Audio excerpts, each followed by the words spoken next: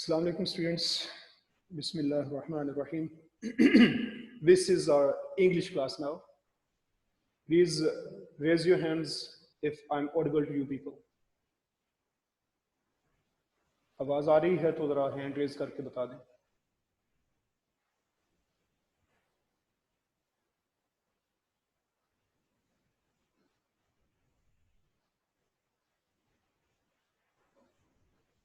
Yes, please raise your hands if you are listening to me.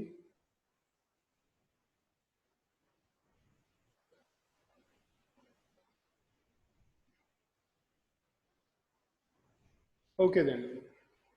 Thank you very much for the feedback. Let's start.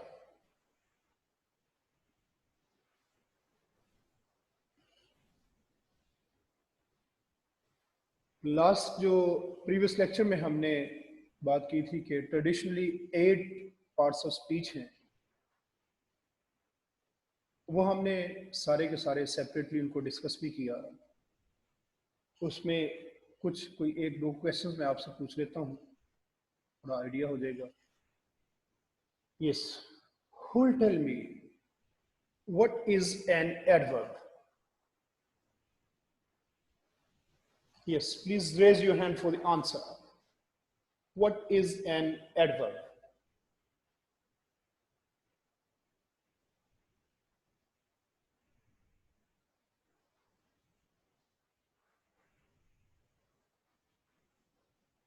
Yes. Yes, Javeria. Jiveta.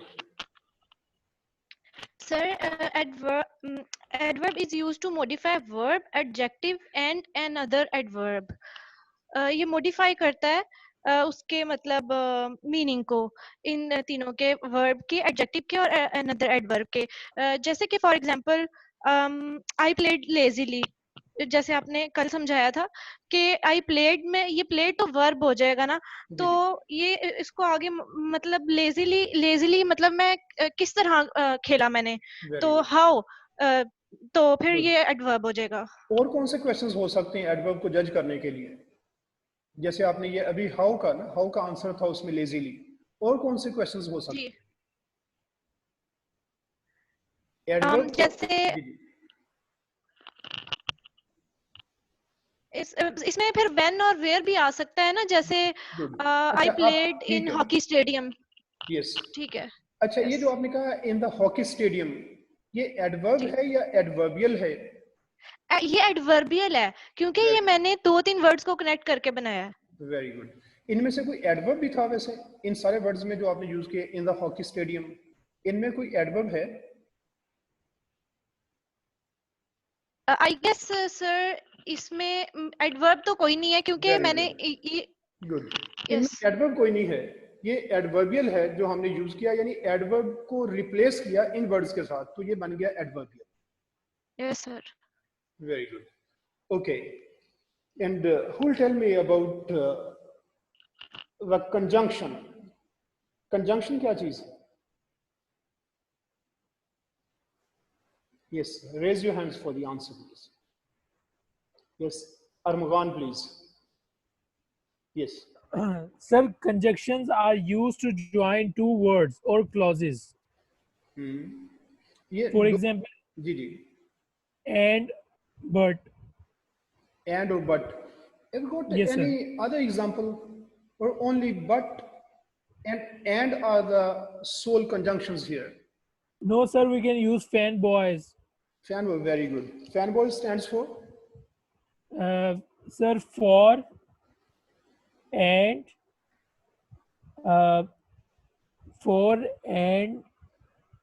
noun, yes, not. Yes. Sorry? But. For and not. No, it's nor. N-O-R. Nor. N-O-R, nor. Yes. But. Yes. Or. Yes. And why, yet. Yes. And S? S for so. So. Yes. S-O, so. That becomes for and no, but or yet so. तो ये fan boys जो हैं ये कौन से conjunctions हैं? Sir, these are. These are Sir, I don't. Sir, I have forgotten now. okay. Anyway, that's a good effort. ये हैं coordinating conjunctions. ये अभी हम आगे जब इनको इन डिटेल स्टडी करेंगे फिर इनकी बात करेंगे इंशाल्लाह। तो अभी ये है कि फैन बॉयज जैसे आपने कहा कि 7 वर्ड्स हैं, इनमें से कोई भी कंजंक्शन हो सकता है। तो कोई भी कंजंक्शन जो 2 वर्ड्स को, 2 फ्रेजेस को, 2 क्लोजेस को आपस में ज्वाइन कर दे, इसे हम कहते हैं कंजंक्शन। थैंक्स। चलिए, interjection. Who will tell me about the interjection? What is an interjection? Waleed. Yes, please. Sir जो हमारा सडन एक्सप्रेशन होता है किसी भी चीज को, जैसे हमने कहीं जाना हो, वहाँ तो निकलना हो, अचानक हमारी घड़ी की तरफ नजर पड़े तो हम कहते हैं ओ मैं लेट हो गया, आई एम लेट। तो इस चीज को सर हम इंटरजेक्शन कहते हैं। Very good. तो जब आपकी यानी सडन फीलिंग्स आ जाती हैं वो हम कहते हैं उनका सडन फीलिंग जो sudden expression. Very good. Okay, that's it. Let's start with today's slide. That's 9th part of speech. 8 parts of speech हमने स्टडी किए थे। अब है 9th part of speech, जो हमने कहा था कि ट्रेडिशनली तो हम 8 की ही बात करते हैं, लेकिन समटाइम्स ये होता है कि कुछ जो इसमें राइटर्स हैं उन्होंने इसको भी ऐड कर दिया अंदर डिटर्मिनल को, जिसे मैंने लिखा 9th part of speech। 9th में जरा ये भी गौर कर लें कि एन के बाद ई नहीं है। ये ना समझना कि गलती से ई यहाँ पे मिस हो गया है।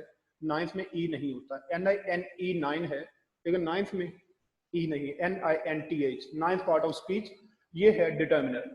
बेसिकली ये एडजेक्टिव में ही इसको कंसिडर किया जाता था, लेकिन कुछ ग्रामेरियंस ने ये किया कि इसको सेपरेट कर दिया। अब इसको सेपरेट करने की रीजन क्या है कि हम किसी से पूछते हैं जब कि एडजेक्टिव क्या होता है। अब सिंपली तो एक तो बेसिक डेफिनेशन तो ये है कि हम कहते हैं कि ये किसी नाउन का मॉडिफायर होता है। नाउन का मॉडिफायर, जिसका वर्ब एडजेक्टिव और किसी एडवर्ब का मॉडिफायर एडवर्ब होता है, किसी नाउन का मॉडिफायर उसे हम एडजेक्टिव कह देते हैं। और एक साथ हम कहते हैं कि ये वो वर्ड है जो क्वालिटी बताता है। अब अगर तो क्वालिटी बताए फिर तो हम उसे एडजेक्टिव ही कहते हैं, अगर वो क्वालिटी ना बताए फिर उसे हम डिटर्मिनर कह देते हैं। ऐसे बहुत सारे वर्ड्स हैं कि जिन्हें हम यूज करते हैं, वो मॉडिफायर तो हैं नाउन के, जस्ट लाइक द एडजेक्टिव, लेकिन उनकी तरह क्वालिटी नहीं शो कर सकते। ये इन्हें हम कह देते हैं डिटर्मिनर। फिर एक और भी है, इसमें डिफरेंस ये भी आ जाता है कि जब हम एडजेक्टिव यूज करते हैं, एडजेक्टिव्स को हम समटाइम्स जिन नाउन्स के लिए यूज करते हैं उन नाउन के बाद में भी इनको यूज कर लेते हैं। लाइक एक तो है हम ये कहें कि a sharp knife। अब शार्प नाइफ तेज चाकू हमने कहा, तेज छुरी। अब ये क्या है, तेज हमने जो शार्प का वर्ड है वो नाइफ से पहले यूज किया, शार्प नाइफ। लेकिन हम यूं भी समटाइम्स कह देते हैं द नाइफ इज शार्प। इसका मतलब है कि शार्प को हम बाद में भी यूज कर सकते हैं। लेकिन ये जो डिटर्मिनर्स हैं इनकी ये क्वालिटी है कि ये कभी भी नाउन के बाद यूज नहीं हो सकते। They'll always be used before the nouns, and if you use them anywhere else, they don't remain determiners. अगर आप इनको एडजेक्टिव की तरह से यूज करना चाहें तो ये बाद में यूज नहीं हो सकेंगे, स्टार्ट में यूज हो सकेंगे। ये देखें, अभी जैसे मैंने कहा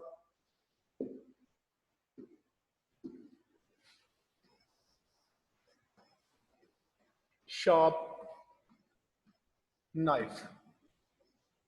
अब इसमें एडजेक्टिव शार्प है जिसको हमने नाउन से पहले यूज किया, लेकिन जब हमने एक सेंटेंस बनाया उसमें कहा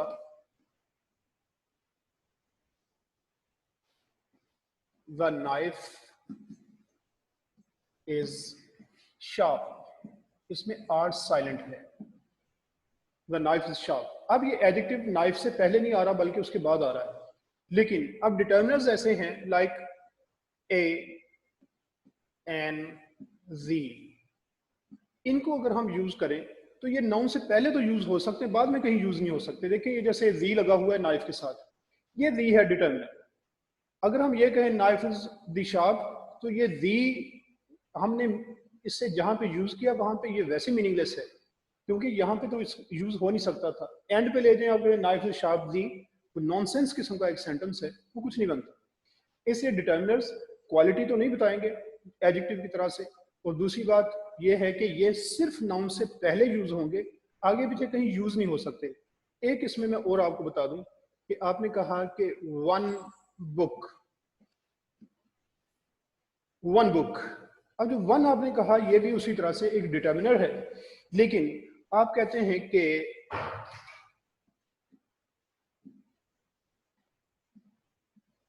द नंबर रिटन was 1। अब आप कहते हैं 1 तो हमने यूज कर लिया ऐसे ही, किसी नाउन से पहले नहीं यूज किया, तो ये वाला जो 1 है ये डिटर्मिनर भी नहीं रहा, ये है अब नाउन। ये नंबर के तौर पे आपने इसको यूज कर दिया, अब ये डिटर्मिनर नहीं है। यहां पे ये डिटर्मिनर है जब नाउन से पहले यूज होगा। एनीवे, अब ये देखना है कि some text separate out the determiners from the other adjectives. दूसरे एडजेक्टिव से इनको सेपरेट किया जाता है। इसका मतलब ये हुआ कि बेसिकली ये एडजेक्टिव में ही इसको कंसिडर किया जाता है। अगर 8 पार्ट्स ऑफ स्पीच की बात हो तो डिटर्मिनर एडजेक्टिव में होगा, लेकिन अगर किसी क्वेश्चन में, एमसीक्यूज में नीचे वो आपको डिटर्मिनर का कोई ऑप्शन ना दे, ये पूछ ले कि जैसे ये एन लिखा हुआ है, एन, कि ये एडजेक्टिव है, एडवर्ब है, नाउन है या प्रोनाउन है, उस सूरत में आप एडजेक्टिव को ही टेक करेंगे। लेकिन अगर वो ऑप्शंस में लिख देता एडजेक्टिव, डिटर्मिनर, एडवर्ब, प्रोनाउन, अब हमने डिटर्मिनर पे जाना है कि जहां पे एडजेक्टिव और डिटर्मिनर को अलग कंसिडर किया जाएगा, वहां पे हम डिटर्मिनर कहेंगे। Anyway, a determiner is used to provide extra information about a noun. It is said to mark a noun. ये noun को mark करता है, यानी noun के साथ आएगा और ये बताएगा कि इसके बाद आने वाला जो noun है वो किस तरह से यूज हो रहा है, उसके बारे में उसका कोई नंबर बता देगा। ये हो सकता है कि उसके बारे में ये बताए कि उसका पोजेशन क्या है, किसकी ये चीज है, या किसी चीज की तरफ इंडिकेट करने के लिए हम यूज कर लें, या क्वेश्चन पूछने के लिए यूज कर लें। जैसे ये स्टार्ट में लिखा है आर्टिकल्स। आर्टिकल क्या है? ANV। ये आर्टिकल क्या काम करता है? अगर तो आप A और N यूज करेंगे तो ये तो चीज जनरल शो करता है, जनरल। जैसे ये कहना कि I want to buy a book, मैं कोई एक किताब खरीदना चाहता हूँ। अब उसमें ये कोई स्पेसिफिकेशन नहीं है कि कौन सी बुक है। इस तरह से ये कहना कि आई want to see a person from Lahore, Lahore का कोई आदमी हो, उससे मिलना चाहते हैं। ये क्या है? ये आप A और N को हम यूज करते हैं वाउल साउंड्स से पहले। होता ये A की तरह से है, वही वन है, इसका मीनिंग A का मीनिंग भी वन, N का मीनिंग भी वन। लेकिन N हम यूज करते हैं जहां इसके बाद वाउल साउंड, याद रखिए वाउल साउंड की बात हो रही है, वाउल लेटर की बात नहीं हो रही। वाउल साउंड से पहले हम एन यूज करते हैं ऐसे वर्ड जो अलिफ की साउंड से स्टार्ट होंगे, चाहे वो किसी वाउल लेटर से स्टार्ट हो या ना हो। लाइक आपने कहा एन आवर, एक घंटा, जैसे हम कहते हैं I will see you in an hour. अब ये एन जो हम यूज कर रहे हैं इसके बाद तो H से वर्ड स्टार्ट हुआ है, HOUR, लेकिन हम यहाँ पे वाउल लेटर की बात नहीं कर रहे, वाउल साउंड। इसी तरह से आप कहते हैं कि My friend's father is an MNA, NMNA। अब M जो है apparently तो M लिखा हुआ है, लेकिन साउंड उसकी वही अलिफ की साउंड से स्टार्ट हो रहा है, वाउल साउंड से। यहाँ पे हम कहते हैं N। तो Z जो है इसको हम यूज करते हैं एज अ डेफिनेट आर्टिकल। ये चीजों को डेफिनेट कर देता है, ये जनरल नहीं रहने देता है। जैसे मैंने कहा था I want to see a person from Lahore, कि लाहौर का कोई भी आदमी, उससे मैं बात करना चाहता हूँ, उससे मिलना चाहता हूँ। लेकिन वी ये अब ये बताएगा कि हम किसी पर्टिकुलर पर्सन की बात कर रहे हैं, पर्टिकुलर थिंग की बात कर रहे हैं। वो किस तरह से होगा? आपने कहा कि the person I met yesterday was def.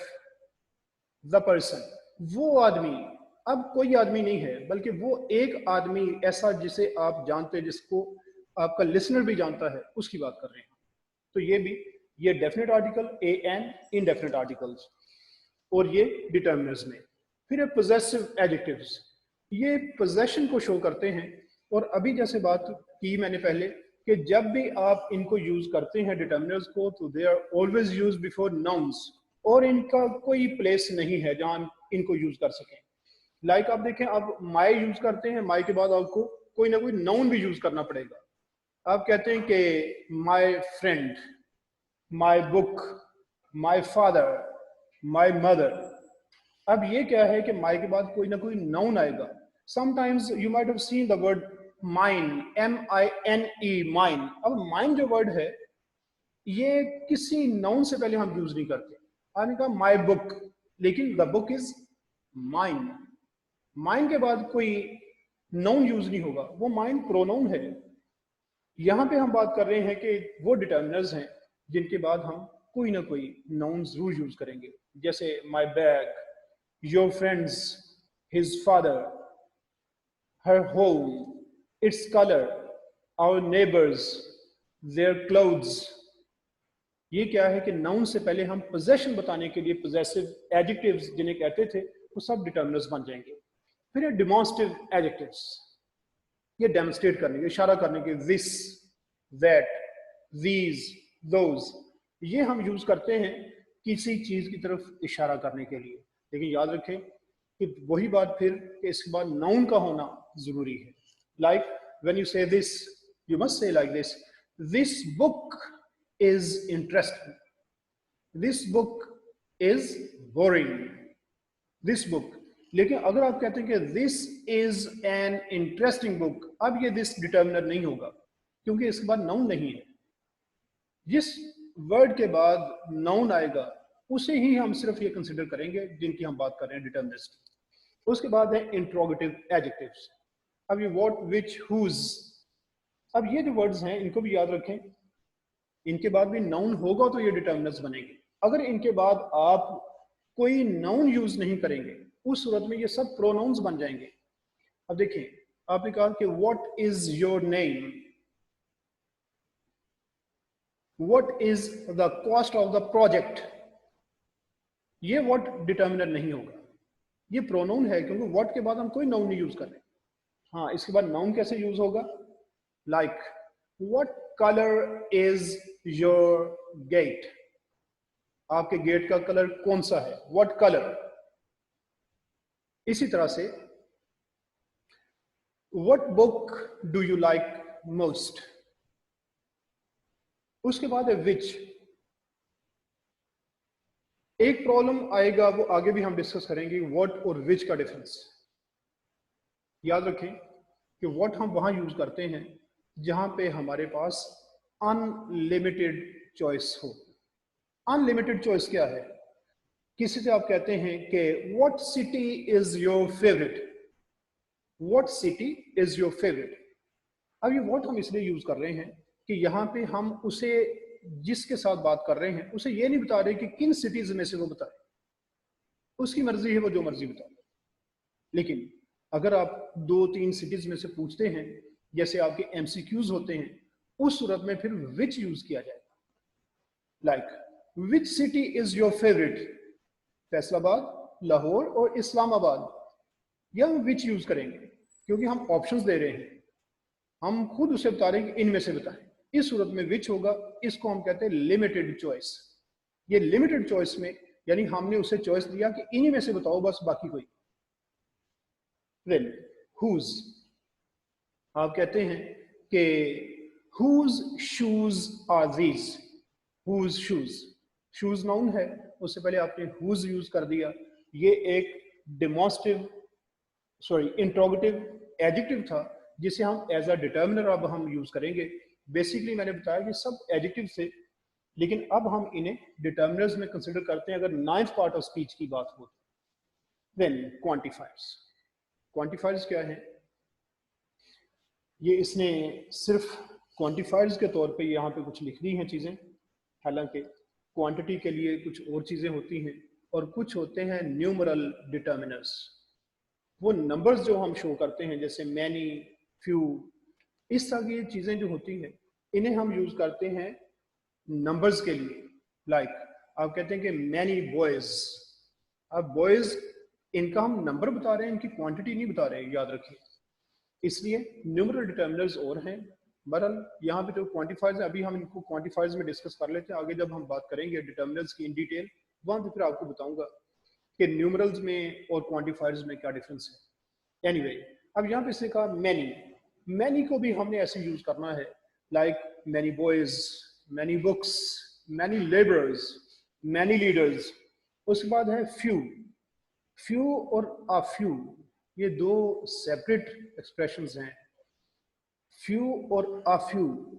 A few होता है कुछ, और फ्यू होता है या तो बिल्कुल नहीं है, या फिर इतना है कि उसका फायदा कोई नहीं, कंसिडरेबल नहीं है। किस तरह से? आप कहते हैं कि I want to buy a pen as I have a few rupees in my pocket. मेरी पॉकेट में कुछ रुपए हैं, मैं एक पेन खरीदना चाहता हूँ।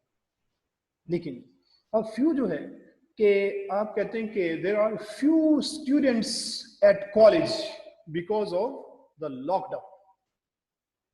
अब ये क्या है कि आप कहते हैं कॉलेज में कोई स्टूडेंट नहीं है, फ्यू यूज किया आपने। लेकिन समटाइम्स क्या होता है कि फ्यू होता तो जरूर है कोई ना कोई, लेकिन हम ये शो करते हैं कि उसका फायदा कोई नहीं, इतने से बात नहीं बनती, उस वजह से हम फ्यू यूज कर लेते हैं। आप कहते हैं कि देयर आर, अब एक यू समझें कि एक दो लोग हैं पूरी प्लेग्राउंड में और मैच स्टार्ट करना था, खेलने वाले वही एक दो लोग हैं। आप उस सूरत में भी फ्यू यूज कर जाते हैं। आप कहते हैं कि there were few players in the ground so we couldn't play the match. कुछ लोग, अब फ्यू से मुराद के अब एक दो थे लेकिन उसका फायदा कोई नहीं, वो ऐसे ही है कि जैसे नहीं है, दो टीम्स पूरी नहीं हो रही। इस तरह से हाफ है, इसके साथ हम आर्टिकल भी यूज करते हैं, जैसे हाफ अ बुक। इस तरह से half a glass, half glass भी यूज हो जाए, कोई हर्ज नहीं है, ये इस तरह से भी यूज होता है। उसके बाद है कार्डिनल नंबर्स, 1 2 3 एटसेट्रा। ये क्या है? जैसे आप अगर तो नंबर की बात करते हैं, तादाद की बात, उस सूरत में हम 1 2 3 यूज करते हैं। नीचे हैं ऑर्डिनल नंबर्स, जहां पे हम पोजीशन की बात करते हैं, ऑर्डर की बात करते हैं, कौन सी चीज कहां पे है, उस सूरत में फिर फर्स्ट सेकंड थर्ड। तो 1 2 3 एटसेट्रा ये कार्डिनल नंबर्स हैं, और अगर आप कहेंगे फर्स्ट सेकंड थर्ड ये यूज करेंगे तो ये ऑर्डिनल नंबर्स हैं। तो यहाँ ये भी आपको बता दूं कि जितनी ये डेट्स होती हैं, डेट्स, तारीख, कोई भी जब आप बताते हैं, it must be in ordinal numbers. लिखा चाहे कुछ भी हो, प्रोनाउंस करने के उसके दो ही वेज हैं। लाइक आपने कहा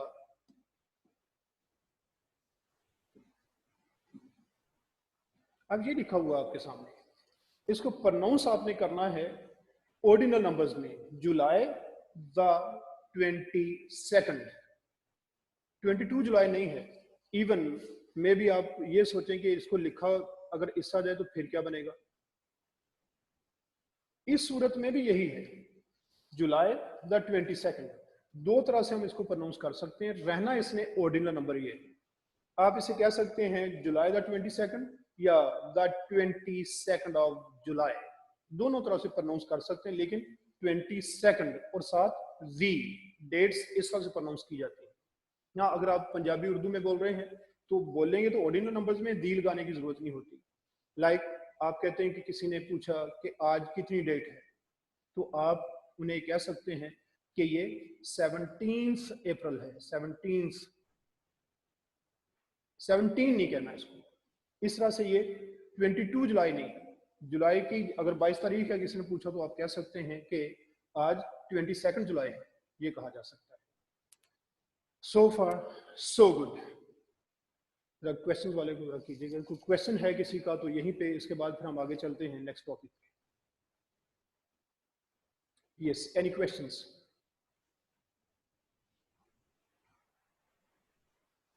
यस, अरसलान जी बेटा। सर आवाज का मसला था सर, ये फ्यू और आ फ्यू का सर बता दें थोड़ा सा। जी जी, फ्यू जो होता है ना, फ्यू तो होता है या तो बिल्कुल नहीं है, या फिर ये है कि इतने थोड़े, लेकिन ये बात है नंबर की, तादाद की बात है, इसमें क्वांटिटी की बात नहीं है। यानी हम इसको शुगर, मिल्क, वाटर, इन चीज़ों के लिए, गोल्ड सिल्वर के लिए यूज़ नहीं करेंगे। या जहाँ पे तादाद की बात है ना, जिन्हें हम 1 2 3 के साथ काउंट कर सकते हैं, उनके लिए फ्यू और अ फ्यू यूज़ किए जाते हैं। अगर तो वो कंसिडरेबल कोई नंबर है, उस सूरत में हम अ फ्यू यूज़ करते हैं।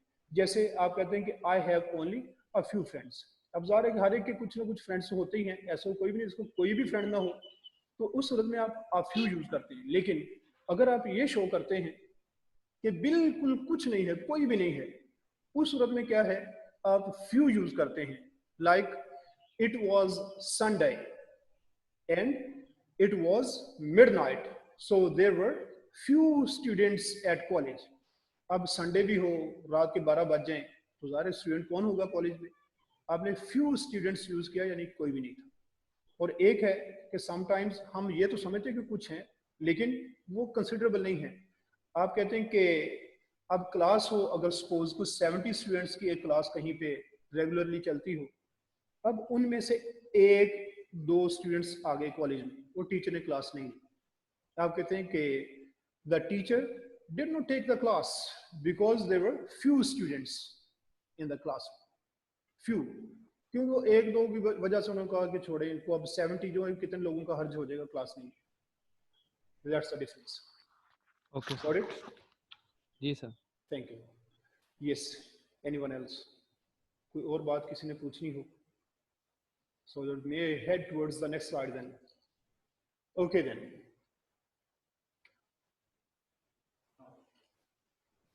Yes. अब देखना है कि सेंटेंस क्या होता है। सेंटेंस जो है, एक तो ये भी याद रखें, इसको मैंने प्रोनाउंस किया है सेंटेंस, सेंटेंस नहीं, क्योंकि मैंने आपको बताया था कि जो स्ट्रेस्ड सिलेबल्स हैं, इन पे एक छोटा सा आप देखते हैं, एक वर्टिकल लाइन होती है छोटी सी, वो क्या शो करती है कि यहाँ पे स्ट्रेस होगा। स्ट्रेस किस तरह से शो करते हैं, ये देखिए, अगर आप डिक्शनरी में देखें तो इस तरह का आपको ना इसके स्टार्ट में नजर आएगा। ये इसका मतलब ये है कि ये दो तो सिलेबल्स हैं इसके, सेन और टन्स। सेन को हमने स्ट्रेस करना है, सेंटेंस। उसके बाद है कि सेंटेंस कोई भी हो, मेनली हम ये समझते हैं कि उसका स्ट्रक्चर देखा जाए तो उस स्ट्रक्चर में दो चीजें होती हैं, एक सब्जेक्ट होता है, एक प्रेडिकेट होता है। Predicate, subject, predicate. तो अब ये इसको हम नीचे डिस्कस करेंगे। यहां से देखते हैं sentences and introduction. This section provides an introduction to the construction of sentences. Subsequent chapters will expand on the contents of this section. अब इसमें हमने देखना है कि सेंटेंसेस किस तरह बनते हैं, बाकी वो सारा जो आगे उसकी एक्सपेंशन आ जाएगी। डेफिनेशंस में देखिए, फर्स्ट है सेंटेंस। किसको हम सेंटेंस कहते हैं? A set of words that is complete in itself, expresses the complete idea, conveying a statement, question, exclamation or command, and typically containing a subject and a predicate. इसमें दो तीन चीजें इसने डिस्कस की हैं। पहली बात तो ये है कि सेट ऑफ वर्ड्स है, एक वर्ड सेंटेंस बन सकता है, लेकिन मोस्टली हम क्या करते हैं कि वो स्पोकन में यूज करते हैं। जैसे यस, अब किसी ने मुझसे पूछा आर यू अ टीचर, अब एक तो मैं कहूँ यस आई एम, लेकिन अगर मैं सिर्फ यस भी कह दूं तो आंसर तो कंप्लीट है, लेकिन हम उसमें ये समझते हैं कि यस के साथ आई एम या आई एम अ टीचर वो इसके साथ शामिल है। इस तरह से है वो असल में yes I am a teacher, लेकिन हमने सिर्फ शॉर्ट करके यस कह दिया। उससे भी हम यही समझते हैं कि वो एक सेट ऑफ वर्ड्स है, सिर्फ स्पोकन को हम शॉर्ट ज्यादा कर देते हैं। तो a set of words that is complete in itself, ये कंप्लीट होगा और कंप्लीट आइडिया प्रेजेंट करेगा। अगर ये कंप्लीट आइडिया प्रेजेंट ना करे, समटाइम्स हमारे पास आ जाते हैं फ्रैगमेंट्स। फ्रैगमेंट्स क्या होते हैं कि वो बाहर आपको लगेगा कि ये सेंटेंस है, अपेरेंटली वो सेंटेंस लगेगा, बट दैट्स नॉट। ये देखिए,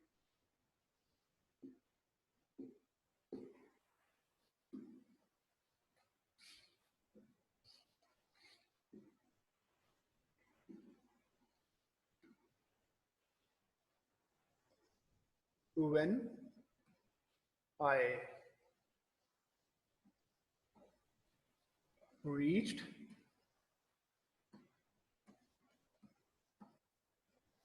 the playground,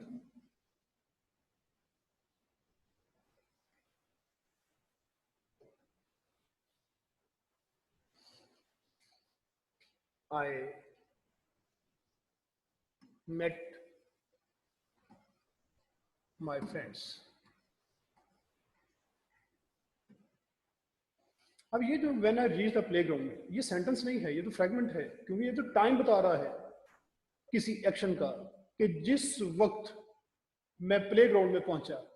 अब इसका मतलब है कि ये आपने किसी एक्शन का टाइम बताओ, एक्शन भी तो इसके साथ होना चाहिए कि उस वक्त की बात क्या है, क्या बताना चाह रहे हैं, वो तो साथ है ही नहीं।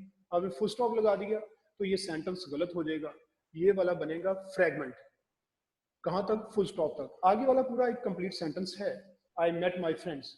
लेकिन ये जो है ये तो ऐसी है, अगर मैं उर्दू में आपसे ये कहूँ कि कल जब हमने क्लास स्टार्ट की, बस उसके बाद चुप कर जाओ। आप सोचते हैं कि आगे तो बात कोई नहीं बताई।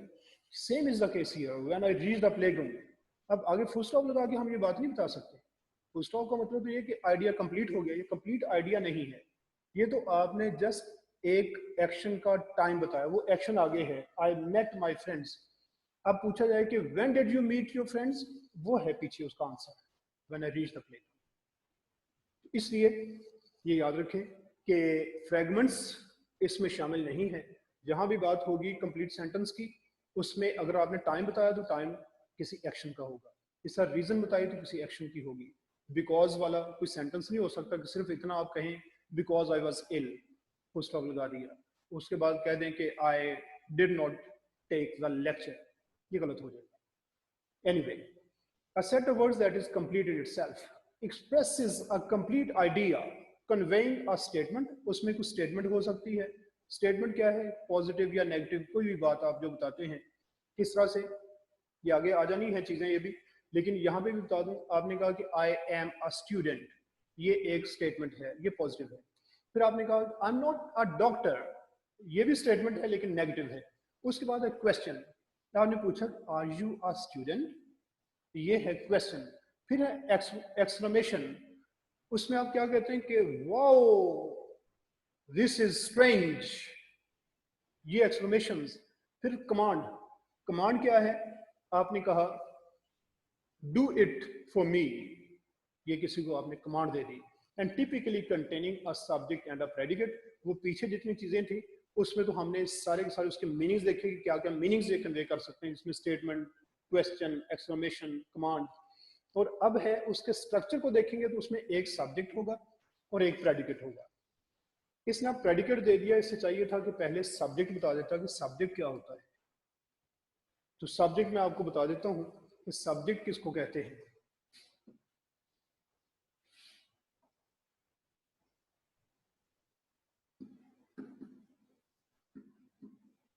सब्जेक्ट के लिए ये टर्म्स आपने दो याद रखनी है, डूअर और बियर। क्योंकि हमने वर्ब्स में कहा था कि मेन वर्ब्स जो है ना, मेन वर्ब्स, एक तो हेल्पिंग वर्ब्स थे, वो मेन वर्ब्स नहीं है। मेन वर्ब्स में कुछ हमने कहा था कि डूइंग वाले वर्ब्स होंगे, कुछ बीइंग वाले होंगे। जिसकी डूइंग बताई जाएगी उसे हम डूअर कहते हैं, जिसकी बीइंग बताई जाएगी उसको बियर कहते हैं। तो अब डूइंग किस तरह हम बताते हैं? आपने कहा कि खालिद स्पीक्स गुड इंग्लिश। ये खालिद की ये डूइंग है, तो खालिद क्या बना? डूअर, और डूअर हमने कहा कि ये सब्जेक्ट है। तो दूसरी बात है, Khalid is a good player. अब इज ये हमने कहा था, जिसे मैंने कहा था जिसकी 8 फॉर्म्स थी बी की, उनमें से एक फॉर्म इज भी है। अब इज जो आपने यूज किया, ये आपने खालिद की बीइंग बताई है, बीइंग कि खालिद खुद क्या है। अब ये यहाँ पे स्पीक उसका एक्शन था, यहाँ पे उसकी स्टेट ऑफ बीइंग है, तो क्या है? तो यहाँ पे खालिद क्या है? बियर। तो जो भी डूअर या बियर होगा उसे हम सब्जेक्ट कहेंगे। तो सब्जेक्ट जिसका कोई भी वर्ब जब हम यूज करेंगे, जिसकी हम डूइंग या बीइंग बताएंगे, वो सब्जेक्ट होगा। उसके बाद है predicate. the part of a sentence or clause containing a verb and stating something about the subject. अब उस सब्जेक्ट के बारे में जो कुछ भी आप बात करेंगे that will become a predicate. जैसे सब्जेक्ट को हमने कहा कि सब्जेक्ट डूअर या बियर है, इसी तरह से अगर हम टर्म यूज करें प्रेडिकेट के लिए,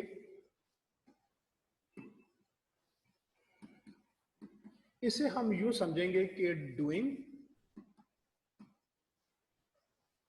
और being of the subject.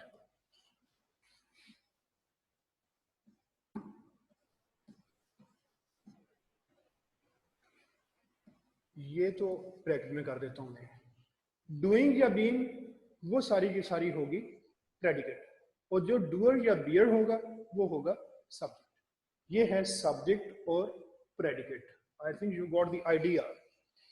Then a predicate may or may not include an object. अब यहाँ पे उसने कहा कि predicate में हो सकता है ऑब्जेक्ट हो सकता है ना हो.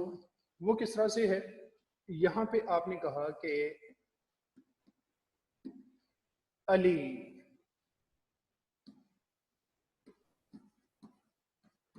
speaks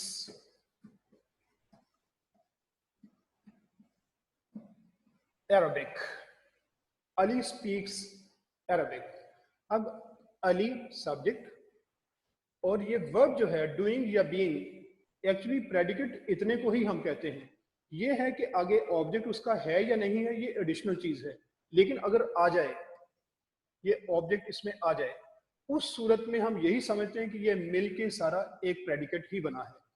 उस प्रेडिकेट में, ये प्रेडिकेट में एक वर्ब है प्लस ऑब्जेक्ट है ये प्रेडिकेट. अच्छा, फिर हमने ये कहा कि इसमें ऑब्जेक्ट हो भी सकता है और नहीं भी हो सकता. How is it possible? See now. Ali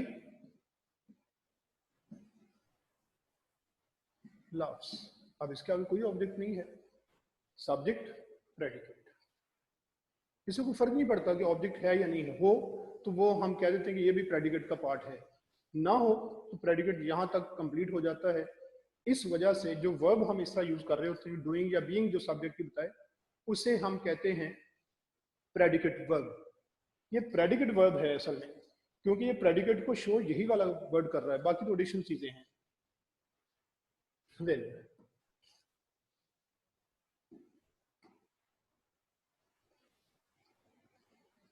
how much time is left? 10? Okay. Yes. Let's head towards the next slide. This is function or meaning-based types of sentences. Sentences की जो types बनती हैं, वो दो तरह से हम देखते हैं. एक तो ये है, क्या उनको देखेंगे ये मीनिंग क्या दे रहे हैं, उस मीनिंग को ही फंक्शन कहा जाता है. एक है जिसका पीछे भी अभी हमने कहा था कि जब वो स्टेटमेंट आ जाए, क्वेश्चन आ जाए, कोई इम्पेरेटिव कमांड आ जाती है, तो वो सारे के सारे हम मीनिंग समझते हैं. लेकिन जब हमने ये कहा कि सब्जेक्ट और प्रेडिकेट, ये स्ट्रक्चर की बात थी कि इसके पार्ट्स कितने हैं, तो यहाँ पे हम मीनिंग्स की बात कर रहे हैं. इनको मूड्स ऑफ सेंटेंसेस भी कहा जाता है. ये सेंटेंसेस के मूड्स भी हैं. जैसे sentences perform one of a series of different functions. These are described as the mood of the sentence. ये moods हैं असल में sentences के. जैसे अब ये सारे हैं तो बेसिकली मीनिंग्स कन्वे कर रहे हैं, इन्हीं को हम ये कह देते हैं कि ये moods हैं. जैसे स्टेटमेंट मैंने अभी आपको पीछे डिस्क्राइब किया था कि अगर कोई पॉजिटिव या नेगेटिव स्टेटमेंट हो तो उसको हम कहते हैं कि ये एक कंप्लीट सेंटेंस है. अब इसी तरह से ये कंप्लीट सेंटेंस है जिसमें स्टेटमेंट दी आपने. डिक्लेरेटिव में कहा this is a declarative sentence. उसने एग्जांपल भी असल में उन्हीं टाइप्स के ही वर्ड्स यूज करके लिख दी. ये ऐसे ही है डिक्लेरेटिव में, जैसे आप कहते हैं कि आई एम अ स्टूडेंट, तो ये एक पॉजिटिव स्टेटमेंट है. वो नेगेटिव हो जाए तो आप कह देते हैं कि I am not an engineer, वो भी एक डिक्लेरेटिव सेंटेंस ही होगा. To ask a question, interrogative में देखें उसने फिर इंट्रोगेटिव को यूज करके वही एक सेंटेंस बना दिया, is this an interrogative sentence. तो ये मूड इंट्रोगेटिव मूड है. यहाँ पे ये मूड्स लिखे हुए, फंक्शंस, मूड्स, इलस्ट्रेशंस, ये सारी एग्जांपल्स हैं. टू मेक अ कमांड और इशू एन इंस्ट्रक्शन, कोई कमांड देना या कोई इंस्ट्रक्शन देना किसी को, वो इम्पेरेटिव मूड बन जाता है। जैसे आपने कहा लर्न दीज टर्म्स, इन टर्म्स को आप सीख लें। फिर हैड टू एक्सप्रेस सरप्राइज, इसको सरप्राइज कहना है, सरप्राइज, सरप्राइज नहीं कहना, surprise. To express surprise, shock और डिसबिलीफ, कोई आपको हैरत हो, कोई सदमा पहुंचे या कोई किसी चीज पे आप वो यकीन नहीं करते, उस सूरत में आप एक्सक्लेमेटरी सेंटेंसेस यूज करते हैं। जैसे आपने कहा दीज टर्म्स आर इम्पॉसिबल, आप इसमें आप अपना जो अंदर साथ कोई अंदर फीलिंग्स ऐड करके ये सेंटेंस प्रोनाउंस कर लें। फिर टू एक्सप्रेस अ विश और डिजायर, कोई विश या डिजायर हो, कोई ग्रीटिंग्स हो, उस सूरत में ऑप्टेटिव मूड आ जाता है। I wish these terms were easier to remember, यानी मेरी ख्वाहिश है कि ये टर्म्स याद रखने में आसान हों। ये ऑप्टेटिव मूड जो होता है इसको हम सब्जंक्टिवली यूज करते हैं कि यानी ऐसा हो जाए। तो ये आगे भी आएगा तो फिर भी इंशाल्लाह इसको डिस्कस करेंगे। So far so good, that was the last slide. अब आपको ये बताना है कि एक काम आपने छोटा सा करना है, अब आप याद करना भी साथ साथ शुरू कर दें। कुछ सिमिलीज हैं जो आपने याद करनी, वो लास्ट वाली स्लाइड निकालिए। सॉरी कर दें, रोक लें। गुड। और आपको ये जो बुक्स हैं, बीसी की बुक और इंग्लिश की, फंक्शन इंग्लिश की बुक, ये ग्रुप में दोनों सेंड कर दी गई हैं। उनमें से आप देख सकते हैं इजीली, वहाँ पे आपका लिखना, उसको याद करना ज़रा इजी हो जाएगा। आप इसको अपनी मर्जी से फिर यूज़ कर लेंगे। कुछ सिमिलीज हैं। सिमिली क्या है? A figure of speech involving the comparison of one thing with another thing of a different kind. यहाँ पे कंपैरिजन है डिफरेंट चीज़ों का आपस में। कंपैरिजन किसका किया जाता है? वो जो उर्दू में आपने इसे पढ़ा हुआ है, तशबीह। तशबीह दी जाती है कि किस तरह का। इंग्लिश में अगर आप एज का वर्ड या लाइक का वर्ड यूज करेंगे तो इन्हें हम सिमिलीज समझते हैं। अगर ये एज या लाइक निकल जाए तो फिर इस्तिआरा उर्दू में जैसे आपने यूज किया वो मेटाफर है। बहरहाल अभी हम ये सिमिलीज की बात इसमें कर रहे हैं, जैसा as agile as a monkey. इनको आपने खुद, वो जो आपके पास बुक्स आ जाएंगी उसमें आपने देख लेना है। इसमें सिमिलीज एंड मेटाफर्स आपको मिल जाएंगी। उन सिमिलीज को आपने, इतनी सिमिलीज जो है ना, ये एज ग्रेसफुल एज अ स्वान, यहाँ तक आपने याद कर लेना है। ये आप थोड़ा थोड़ा काम डेली करते रहेंगे तो इजी हो जाएगा, वरना ये सारा कुछ इकट्ठा हो जाएगा। That's it for today. Yes, any questions?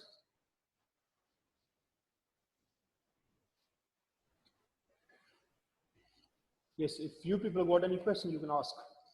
Yes, Tanvir beta, your question. Sir आपने आगे सेंटेंस लिखा था अली स्पीक्स अरेबिक, लेकिन सर आपने कहा ये प्रेडिकेट है, लेकिन ये सेंटेंस नहीं है पूरा। इसकी मुझे समझ नहीं आई थी सर। नहीं, वो तो आपको बताया था कि अली इसमें सब्जेक्ट है और स्पीक्स अरेबिक ये प्रेडिकेट है। ये सेंटेंस के दो पार्ट्स हैं एक्चुअली। अली उसमें जो है ना वो डूअर है और उसकी डूइंग क्या है? Yes sir. अरेबिक, वो प्रेडिकेट है। ये तो सेंटेंस पूरा लिखा था ना, उसके दो दो पार्ट्स आपने देखने हैं। जिस जो डूअर या बियर होगा वो सब्जेक्ट, जो उसकी डूइंग या बीइंग होगी वो predicate. Thank you. Welcome. Yes, any more questions?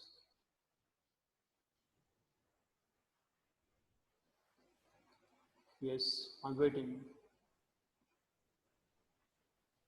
Yes, Syed on Abbas. Yes, please, your question. On आपका माइक आपने म्यूट किया हुआ है। Yes, yes, speak please. Sir ये सर जो प्रेडिकेट है ये सब्जेक्ट की स्टेट को जाहिर करता है। वो उसकी स्टेट भी बता सकता है, यानी उसकी बीइंग, और उसका एक्शन, उसकी डूइंग भी बता सर यू सकता कैन है। Hear me? जी, सर अच्छा ठीक sir. Got it? Yes. Okay, thank you. Yes, any more questions?